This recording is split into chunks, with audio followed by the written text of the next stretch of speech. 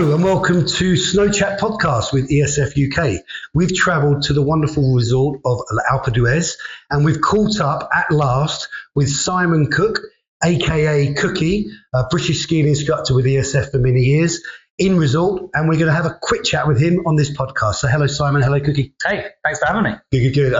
What I'm interested to do on this podcast is to have a general chat with you about how did you come to be part of ESF, where you are from back home in the UK, just generally about you, and then we'll get on to ESF. That's all right, okay? Sure. So, where are you from in the UK? I'm from Southampton, and that's where I learned to ski. I don't come from like a skiing family background. I wasn't one of the young rippers learning to ski. I was 17 at college, and we got offered some cheaper lessons at the local dry slope.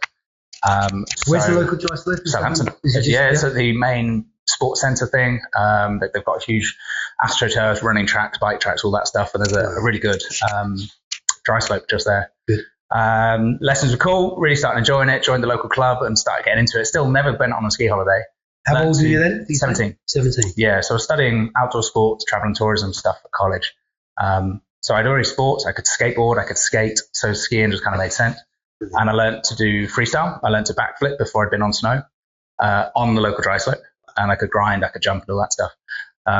Did a summer season, then did a winter season, but not as an instructor at all. I came out to lived us out just across the valley and thought I could ski, had my own freestyle skis that I'd won in some competition once, thinking I could do it. And then stood at the top of the piece, just went, this mountain is big. This is not a dry slope. This is different. And it was very humbling. What do you, obviously for the people watching this, there's some people that would have been skiing and they're avid snowboarders, skiers, but there are going to be some people that are looking to come on their first ski holiday or snowboard holiday. Just describe, you just mentioned it, that the immense size of a mountain when you actually are here. Just describe it as an instructor and as a young person coming out for the first time, what it's like. The mountains are big. That's not a way to say it. You know, when you stand there and it's overwhelming just how much space there is. And looking at a piece map thinking, okay, there's this many kilometers or that many kilometers, I'm going to do that run, that one. Until you actually start going up a lift and realize how high off the ground you are, or how far out of sight that piece goes and then comes back round. And I don't think people actually realize you can never take a picture of a mountain on your phone and do it justice. No. You can take a picture of a beach, you can take a picture of palm trees, but actually taking a picture of a mountain, the vastness of it, it is impossible, isn't it? Yeah. I've been snowboarding with a beginner this week, and he'd never been to the mountains before, and we started, as you do, on the nursery slopes, the drag lifts, the beginnery stuff. And we started to go on an adventure. So we went on a longer green run. Whoa, this place is huge. And we've scratched the tiniest surface of anything. Yeah. And then we started going up lifts. And he's like, well, there's more and there's more. Yeah. And we've stayed very local, but we've been on a great adventure all over the place. And we still haven't skied a tenth of the mountain there is here. Wow. So I'll take you back to Southampton. Quick question. Why didn't you get into more water sports on the ocean in Southampton? Why was it skiing that attracted you and not windsurfing at the time? Or did you do windsurfing? I did both at the same time. Yeah.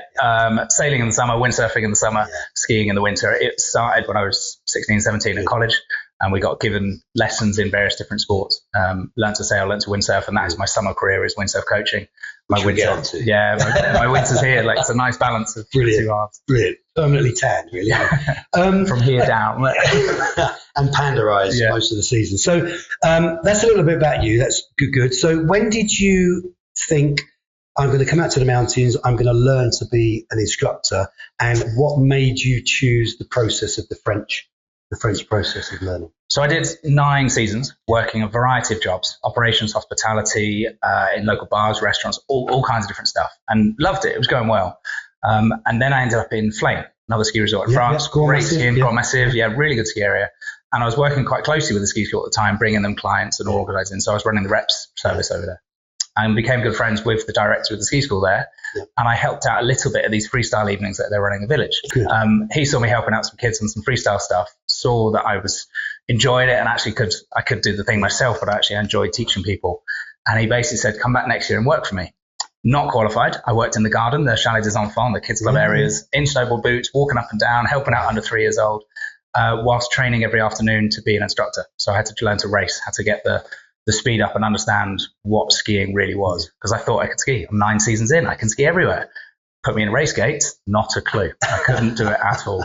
I'll explain for people watching this, to become a skiing instructor in France, it is the most testing and probably the most difficult in the whole of the world to become a skiing instructor with the French system. And you have to take what's called a test technique. And explain that quickly for me. So test technique is a slalom race test. So you're short, fast turns, you're making contact with the gates. It's a special slalom or slalom, like you'll see on TV in the Olympics, just not quite that level, but it's hard. And they send down what's called an opener, so very good racers that are in the national series competing well. And from a few openers, they average their time and add on a percentage. So I can't remember exactly, maybe it's 18% for male and 22 for female, something like that. So if they've done it in X time, this is the cutoff, you need to do it. And what the coaches kept saying to me through a full season and a bit of training while I was getting to actually pass it, and I failed it twice, that's the third time I finally passed it, was once you have the technique, the time doesn't matter. And I kept missing the time, and I was missing the time, and I knew I didn't have the technique, but I couldn't ski any faster. They kept saying, it's because you haven't got the technique. Stop trying to ski fast and try and ski fluidly and well.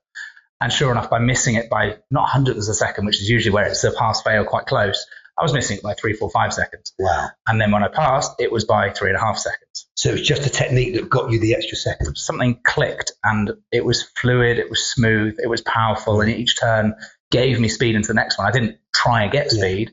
The ski accelerated for me. Wow. And it was the right technique that I didn't have and I didn't know about. Obviously, there's young people here looking at this, I would hope, thinking, I'd love to be a ski instructor. Is it costly for you personally to become a ski instructor? Yeah, it is. It takes commitment. Like if you want to commit and really train hard to become an instructor, then yeah, you're gonna have to spend a lot of weeks on snow and a lot of weeks on dedicated training on snow. Yeah. You know, people can ski for 25 years and we can make it around the mountain. I've done 9 seasons. I thought I could ski full season, not bits. You know, this is 4.5 months every day, and I was one of those. Yes, I was a classic seasonaire. I had a few beers in the evening, of course, but I skied and I loved it. Yeah. Thinking I could ski, no problem. I'll rock up to be a ski instructor. You've got to learn to race, and you've got to learn the technique and focus your training. And correct me if I'm wrong, the process to become a fully fledged, qualified rouge jumper, red jumper, ESF instructor takes 6 years? Can do. Yeah, you can do it in less, you can do it more. I've known people taking 12, 13 years. I've known people the quickest I know is about 4 to get through all of the exams. And then you're a proper ESF instructor. That's it. And actually there's a misconception, I suppose, that ESF is a training school. Right. So they take on what they call stagiaires, working through their stages. So you don't have to be fully qualified to work for ESF. You just need to get through the entrance exam, which is hard. Once you're in, you can work, you can get paid, you can teach people at certain levels, and then you get free training off the side of it. Brilliant. So as long as you can get through that test technique, then you're in the door, and then you'll see there's younger people in the school, and actually a lot of the school aren't fully qualified. We're training. So there you go. Actually, you can take you can look online at esf-uk.co.uk, and there is a part on that website on becoming a skiing instructor with ESF, and it actually highlights all of that. But it's if you go back many years, I mean, I know how old you are, and I'm slightly older. I can remember when I learned to ski at probably 11 years old, a skiing instructor was a hero. It was somebody that you would look up to, and the girls would go at school, oh God, here he comes, Pierre, or whatever. And do you think that has lasted the test of time, or do you think being an instructor in the eyes of the customer is thought of differently now? Or because I still see, when I look at our instructors being ESF, obviously working for ESF, I think, wow, the rouge, the red, it's like you're all heroes. Is that? Do you get that still, or? Maybe we didn't actually practice. We didn't questions, so putting them on the spot. Oh, kind of maybe that's the impression other people have of us. But as soon as we start hanging out and chatting, and as soon as you said, "Oh, you're an instructor, nice to meet you," it's suddenly we're on a level. What's going on? Let's just talk about it. It is one of those things. I think that there is an importance that you have, because ESF is a École de Ski Français. Basically, you're a teacher. So you have to have the responsibility of being a teacher. So when students or customers rock up to the meeting point and they see the nicest instructor coming towards them, there is that je ne sais quoi about being an instructor. Do you feel that as well? Do you feel the passion of that? Yeah. And I feel the ownership as well. Like they put a lot of not pressure, but they want to succeed, and that they're there with us to get that from us. Good. And I think I've gone, having not learned as a kid, I've gone through the emotions of step forward, 2 steps forward, 1 step back, two steps forward through my skiing career. And I'm still with that with the students that I'm teaching throughout the time as well. Now, before we end part one, so we are here in La Alpe d'Huez. I hope I've pronounced that correctly, which I'm sure I have. Why choose this resort? What is the magic about this resort? Because this is one of my favourites personally. So sorry, all the other directors of ESF. I do love this resort. Why here?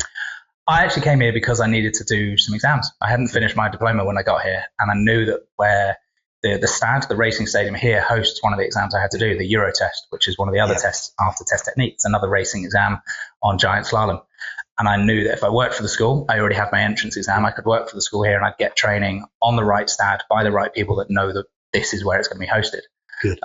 So I connected with the school, I worked for the school, I trained, and I got through the exam a lot quicker than I probably should have done. Like I didn't think I was ready for that training, for the exam. I was ready for the training. I needed the training. And I was only going to come here and see what it was all about, do the training, and then who knows what. And that was maybe 8 or more years ago because I just connected with the community, with the school. Everything just worked really well together. And we just decided this is home. And now you have a family? Yep. So you've built your whole life here in Alpe d'Huez? Yeah. Our winter life is here. We travel away in the summer. I teach windsurfing in Greece. But we're back here. Watch Cookie's videos of windsurfing in Greece. They're amazing. And it's a brilliant balance. We're back here for autumn, so we get the sort of 6 weeks or so where there's no snow and it's getting ready for winter. So it's quite a nice time to be here. Good. Right. So I'm going to play a little video now of Cookie in action, skiing in the mountains here in La Alpe d'Huez, and we'll be back for part 2. Fresh powder! Yeah!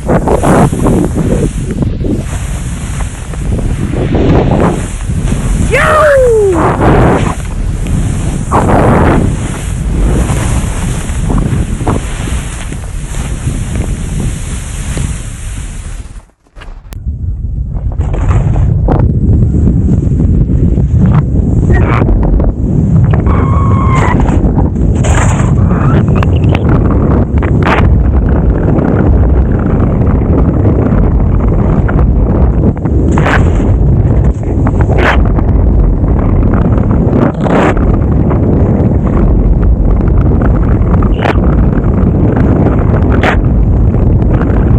Back to part 2. I hope you enjoyed the quick clips of Cookie skiing with his Insta360 camera. There's a little plug for you.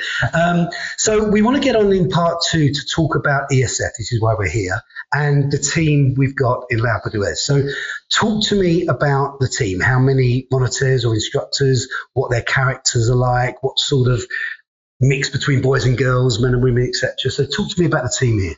I mean, during February holidays, the team is 350 or more. It's huge. That drops down drastically, of course, outside seasons. And this is where we work for ESF, but we sort of manage our own time. So a lot of guys have other projects or other things going on. So they're only here for February, but then they disappear and then they come back.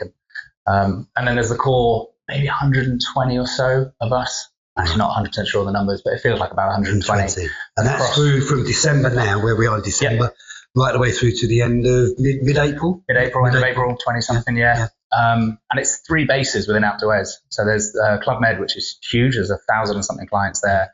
And we have our own school within it. So that's part of ESF. And then ESF in Grand Rus and ESF Berges. We're all the same school. Right. And you can actually get allocated to any part of it. But it means like my boot room and where I keep my stuff is down in Berges. But then my lessons this week are actually in Grand Rus, the other meeting point. So I snowboard over this week to meet the guys. Talk to me about the characters. There must be some really quite funny, quirky French characters that you work with. Is there any one that springs to mind? No one specific, but there's everything you can think of. You know, there's the quiet, calm, very organized ones. There's the ones that suddenly you walk into the boot room and you can hear them a mile away, and everything in between. And a cool mix of male and female. It's not high strung in either direction. It's, I don't know exactly, again, maybe 55% male. Do you know them all, or do you? No.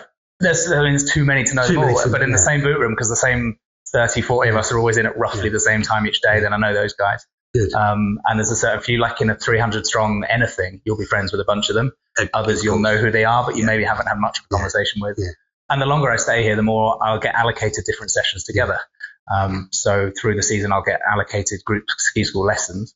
And it might be 3 instructors are allocated onto adult 2-star or adult +2 or 2-star children, whichever.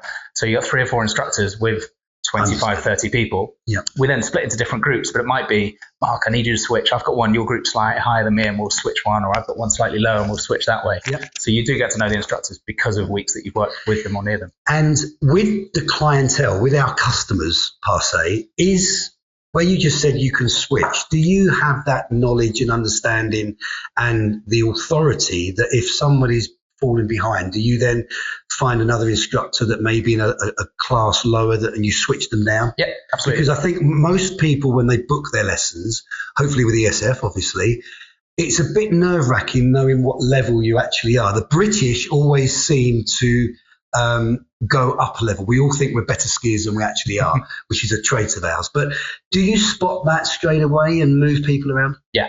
Yeah, so when we join up, people get a bit annoyed because you put them down, or is it for their safety? We try to say it's up or down a group, but just kind of, I've got a group better suited for you, or actually I'm just going to make a quick switch. So you're selling it to people. Yeah, exactly. Yeah. I mean, the first thing we do, let's say it's a popular week, there's a number of people, and we've got 3 instructors allocated onto a class of a specific level. Because we might have 30 people, 3 instructors, we're good to go.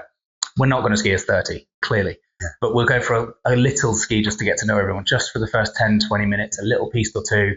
I haven't skied in years, I haven't done it since last time. It's cool. Let's just go for a little cruise as a big group. Yeah. And very quickly, people find their feet, and then we'll find a suitable pitch where we can say, right, one at a time, you guys, just wait here and just do a little gentle ski to us. Yeah, understand. And the 3 instructors are there going, cool, well skied, you're with Mark, well skied, you're with me, well skied, you're with whoever. Yeah. And then we split from there. And then we start skiing for the rest of that day. It's a 6-day group ski school, usually. Yeah. But after the end of the first morning, I might say, Mark, actually, I've got a couple for you. Have you got a couple that are better than you thought, or vice versa? So you're always thinking about the customer, basically. Yeah. Oh, yeah. Very good point you just made, 6 days. I always get confused, and I've worked with ESF for 13 years. When you book a group lesson and you arrive, because the ski holiday is traditionally weekend to weekend, am I right? Mm-hmm. It has been like that for many years, where you arrive on a Saturday, you start your lessons on a Sunday, you end on a Friday, medal ceremony, you go home on a Saturday. But because of the way the world works at the moment, and because of the wonderful tour operators that we use in the UK have ski weekends or Wednesday to Wednesday, does that... Heidi and We Ski or shuffling together. All our favourite fans in the UK, all our favourite tour operators and businesses. Does that cock you up a bit? It just takes some planning. That's all it is. And that's where, like, we as instructors on the ground kind of do what's dealt to us. Yeah. And then the secretaries that work behind the scenes are really good at shuffling things in. It does make things a bit confusing, but it's nothing we can't handle. So if you arrive on a Sunday and you want to start on a Monday and do 6 days, you can still do Monday to Saturday? Or is that difficult? It's difficult. You do just need to make sure you booked it. Yeah. And to be honest, the more people in the village, so the higher in peak you are, the easier as it is. Okay. Whereas when we're at low season right now, skiing around right now, there's groups of 2 or 3 in each group. Yeah. And there's nothing to shuffle to. This part is the final part is all about funny things that you've seen on the mountains as an instructor. So we don't want to be horrible to people, and I'm laughing already because you've told me a couple that you've had an experience. So tell me the funny things. There must be some stories where you've had people doing silly things. Yeah, absolutely. The number of years I've been doing this, we've seen all kinds of everything going on. And I think we should say at this point, everything that we're laughing about now, I've laughed with the clients. So we've never been horrible to them. Good. And I think part of being an instructor is leveling with the clients and explaining, like, I've been there, that happened. Yeah, at one point I had my glove dangling from my wrist and dropped a pile of snow in it at one point. I've been there with you. So when I'm trying to help people out, it's probably because I've learned by making the mistake myself, or one of my friends and colleagues have done it too. Right. So the first one that sticks to mind is the reputation of beginners that ski boots hurt. And yes, they are different to what you're used to. They shouldn't be painful. They should be snug, comfortable, and restricting, I suppose, which is why it feels painful. But I was having a nice chat with a guy, and we haven't skied yet, I should say, at this point. But I was chatting to him, and then he said how painful his boots were. And I glanced down and went, they're on the wrong feet. That's why they're so... And suddenly you put them back on. He's like, actually, they're not that bad, are they? They are quite comfortable. What about coming off the lift? They must have seen some tumbles and face plants. Coming off a lift, it's one of the classic things you have to learn along the way. The cool thing actually in Apto is there's so many tele mixes. So it's a chair and a cabin on the same lift. Yeah. So when I've got people who've never used a chairlift before or aren't feeling comfortable, we will take our skis off on the chairlift, but we'll go to the cabin half. Right. It's the same cable, but it's chair, chair, chair, cabin, chair, chair, chair, cabin. Right. So we'll stand on the side right next to where the chairs are loading so we can watch them, and we can see other people making some mistakes and sliding all over the place or doing whatever they're doing. Then we'll jump on the cabin, and when we get to the top, we can then watch everyone getting off it as well. So we can actually kind of preempt the fear, the nerves, anxiety, and watch everyone else having their mistakes, because it's a daily thing, isn't it? Everyone falls off the chairlift. How many people have you instructed in a group or private where they've literally gone and they can't stop, and you're going, oh my God, you've skied down? Is there any No. tumbles? Actually, no. No. Tumbles, yes. You're going to fall over when you learn to ski. ski. That's part of it. And teaching people how to stand back up, that's part of it. The only time I can think of people just flying off down the mountain is usually the kids when they get a bit excited and they kind of don't want to stop, or they're like just drifting away following a butterfly. So you chase after and you scoop up the kid. Generally, if I've got to the point where an adult has done that, then that's on me for taking them somewhere they probably shouldn't be. True. So there is a big responsibility, even though we're laughing and joking about people falling over, and if you do fall over like a rag doll. Don't fall over stiff, because that's when you're inevitably going to hurt yourself. But if you fall over on snow like a rag doll, you tend to be a little bit more just get up, brush the snow off and carry on. And the ski may or may not fall off. It doesn't matter. Sometimes they don't. That's normal. Sometimes they will. That's normal. I want to talk to you in the last part of this podcast about Alpe d'Huez as a resort. Mentioning off-piste. Amazing off-piste here. Talk to us about off-piste then. Off-piste was always something I wanted to do when I was trained to be an instructor. And before I was an instructor, I just loved backcountry skiing. So actually all the qualifications and the training, I kept thinking soon I can take some clients and we can go off-piste. That's what I love doing. And part of what I do actually tomorrow afternoon is kind of giving back to seasonaires. So I'm going to do a completely free session. There's so many people here that are here all winter, and they get excited like I did, and they want to go in the backcountry. So tomorrow I've got a training session completely free on how to stay safe off-piste. Brilliant. So what does that consist of? Transceiver training. So this electric device that you carry that gives out a beacon. So a beeper, they're sometimes called. So if your friend or you were lost under the snow, the others in your group can use their beepers and they can find you. Good. So it's kind of like a probe. It's a probe. Yeah, it's an electric beep, beep, beep, find them. But it takes a bit of practice, takes a bit of understanding on how to use them. And then it's not a safety, it's not 100% safe, but it's something you always have. And the better trained you are, the quicker you are at finding your friends. And it's very important, actually. Yeah, it's if you're skiing off-piste, you need to. And the safety equipment you carry while you're off-piste, what's that consist of? The basic three are your transceiver, your probe, your shovel.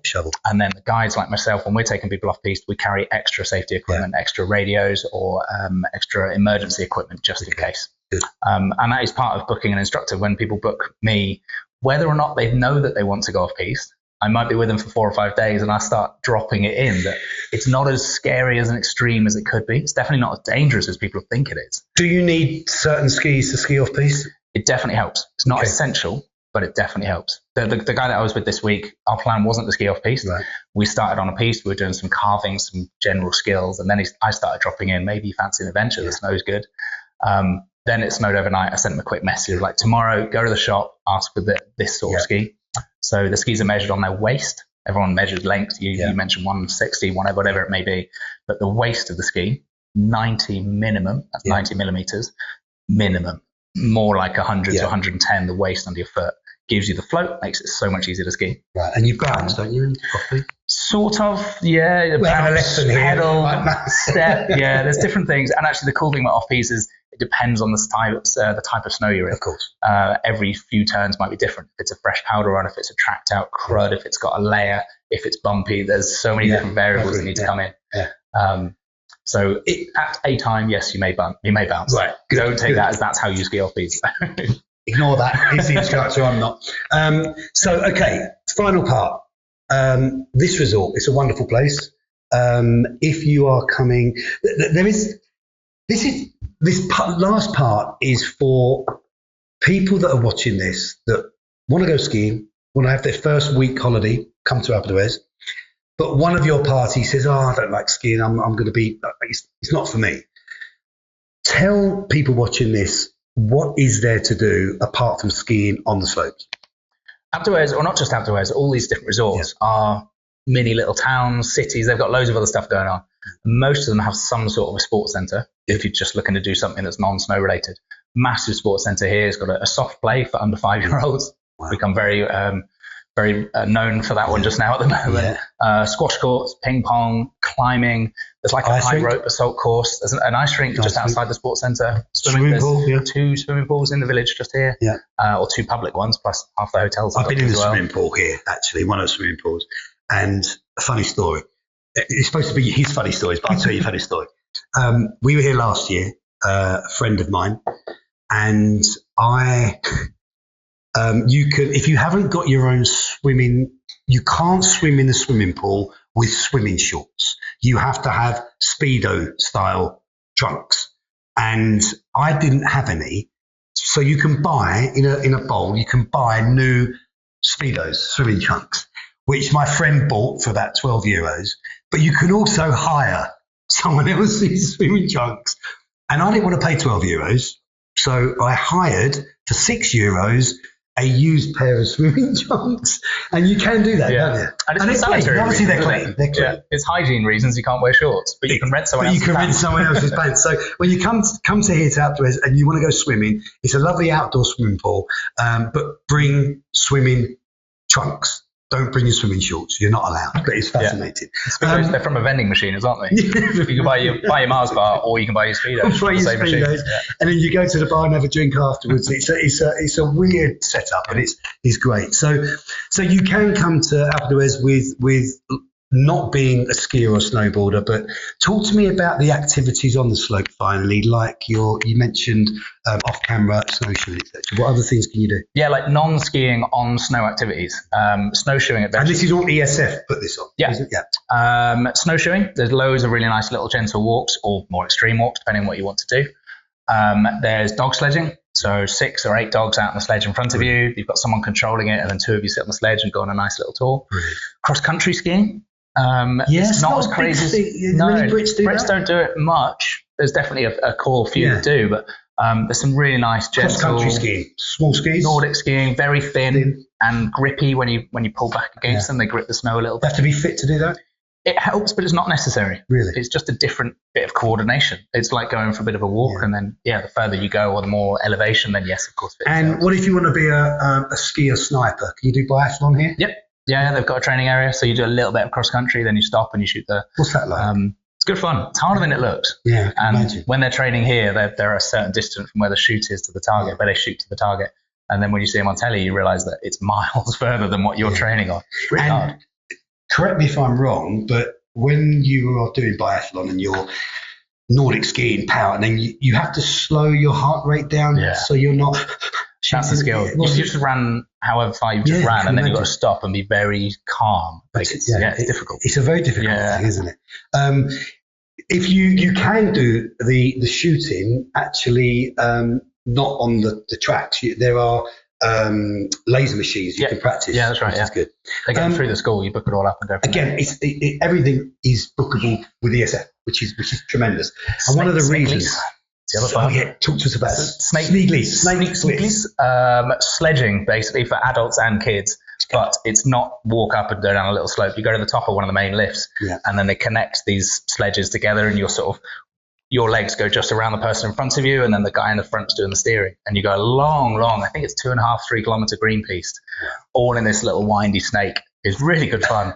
Snake or Una, which is like a single ski thing you sit on with a handle between your legs, and you go flying down. It's sledging, but it's not tiny kids sledge. Okay, kids can do it. Like adults get out there and go full power. Like, this is great. I think that some people might think that when you have your lesson, it finishes. ESF, group lesson, finished. Instructor goes on to another group lesson. But actually, here, and most resorts that ESF operated, which is just over 250, there is so much to do. Yeah, with ESF, isn't there?